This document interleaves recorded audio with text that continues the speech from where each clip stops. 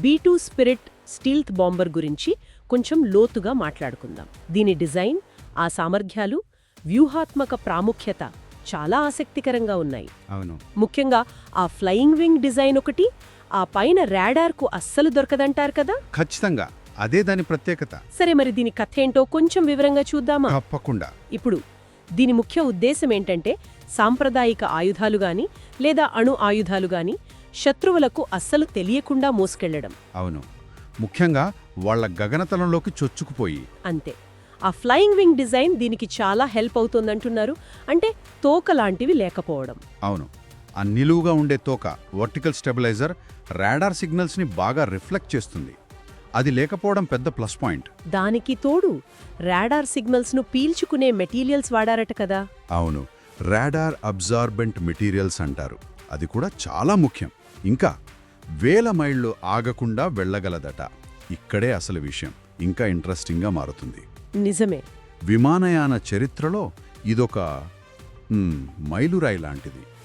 ప్రస్తుతం ప్రపంచంలో ఉన్న అత్యంత ఆధునిక సైనిక విమానాల్లో ఇది ఖచ్చితంగా ఒకటే. అవును. అంటే కేవలం ఆ రూపమే కాదు, దాని వెనుకున్న ఇంజనీరింగ్ అసాధారణం.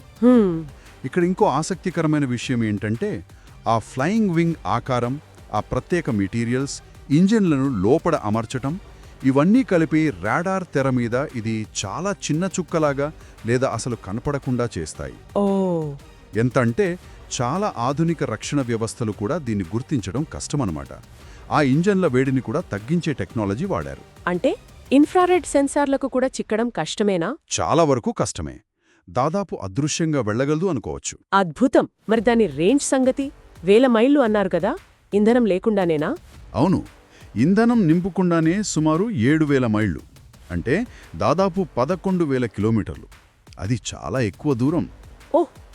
పైగా గాలిలోనే ఇంధనం నింపుకోవచ్చు. అంటే ఆ సామర్థ్యంతో ప్రపంచంలో ఎక్కడికైనా చేరుకోగలదు. అమెరికా నుంచి బయలుదేరి ఎక్కడో దాడి చేసి మళ్ళీ వెనక్కి రాగలదు. గ్లోబల్ స్ట్రైక్ కేపబిలిటీ అన్నమాట.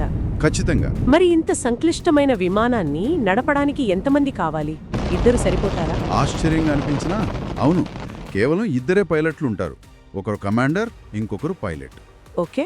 వాళ్ళిద్దరే నావిగేషన్, టార్గెటింగ్, ఆయుధాల ప్రయోగం, డిఫెన్స్ సిస్టమ్స్ అంతా చూసుకుంటారు. కాక్పిట్ అంతా హైటెక్ డిస్ప్లేలు, కంప్యూటర్లతో ఉంటుంది. సుదీర్ఘ ప్రయాణాలు కదా, అలసిపోకుండా. అవును, అందుకే చిన్నపాటి రెస్ట్ ఏరియా లాంటిది కూడా ఉంటుంది లోపల. ఇది నిజంగా కట్టింగ్ ఏజ్ ఇంజనీరింగ్కి, వ్యూహాత్మక ఆలోచనకు ఒక నిదర్శనం. ఆ టెక్నికల్ డీటెయిల్స్ వింటుంటేనే చాలా ఆశ్చర్యంగా ఉంది. అయితే ఇంత టెక్నాలజీ, ఇంత ఖర్చు, అంటే ప్రతి విమానం $1 బిలియన్ పైనే అంటారు కదా. అవును, చాలా ఖరీదైనవి. మరి ఇంత ఖర్చు పెట్టారంటే దాని సైనిక అవసరం చాలా బలంగా ఉండాలి. వ్యూహాత్మకంగా దీని పాత్ర ఏంటి? దీని కొంచెం పెద్ద చిత్రంలో చూస్తే దీని స్టెల్త్ సామర్థ్యం, అంటే ఆ కనిపించకపోవడమే దీని అతిపెద్ద బలం. శత్రువుల గగనతల రక్షణ ఎంత పటిష్టంగా ఉన్నా సరే వాళ్ళకి తెలియకుండా లోపలికి చొచ్చుకుపోగలదు. అంటే చాలా హై రిస్క్ మిషన్లకు ఇది కీలకమన్నమాట. అంటే మొదటి దాడులకు దీన్నే వాడతారా? ఎక్కువగా అంతే. కీలకమైన లక్ష్యాలను, ఎయిర్ డిఫెన్స్ సిస్టమ్స్ను నిర్వీర్యం చేయడానికి. ఓకే. మరి ఆయుధాలు ఎంత మోసుకెళ్లగలదు? దాదాపు 40,000 పౌండ్లు, అంటే సుమారు 18,000 కిలోలు. ఇందులో చాలా ఖచ్చితత్వంతో పనిచేసే గైడెడ్ బాంబులు, క్షిపణులు ఉండొచ్చు, లేదా అవసరాన్ని బట్టి అణ్వాయుధాలు కూడా. Oh my god! అంటే అటు కన్వెన్షనల్, ఇటు న్యూక్లియర్ రెండింటికి పనికొస్తుందన్నమాట. అవును, అందుకే ఇది అమెరికా అణుత్రయంలో, అంటే వాళ్ల న్యూక్లియర్ ట్రయాడ్లో వైమానిక దళానికి సంబంధించి చాలా కీలకమైన భాగం. కనీసం B-21 రైడర్ పూర్తిగా వచ్చే వరకు. దీన్ని ఇంతకుముందు ఎక్కడైనా వాడారా? అంటే నిజమైన యుద్ధాల్లో? వాడారు. కొసోవోలో, తర్వాత ఇరాక్, ఆఫ్ఘనిస్తాన్, లిబియా, ఇలా కొన్ని కీలకమైన సంఘర్షణల్లో B-2 తన సామర్థ్యాన్ని నిరూపించుకుంది. ఇది అమెరికా వాయుశక్తికి, వాళ్ల టెక్నాలజీ ఆధిపత్యానికి ఒక సింబల్ లాంటిది. స్పష్టంగా అర్థమవుతోంది.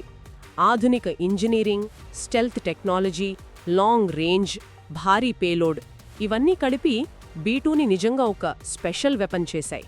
ముగింపుగా చెప్పాలంటే B-2 స్పిరిట్ కేవలం ఒక విమానం కాదు, అది ఏవియేషన్ ఇంజనీరింగ్లో, అలాగే మిలిటరీ స్ట్రాటజీలో ఒక విప్లవం లాంటిది.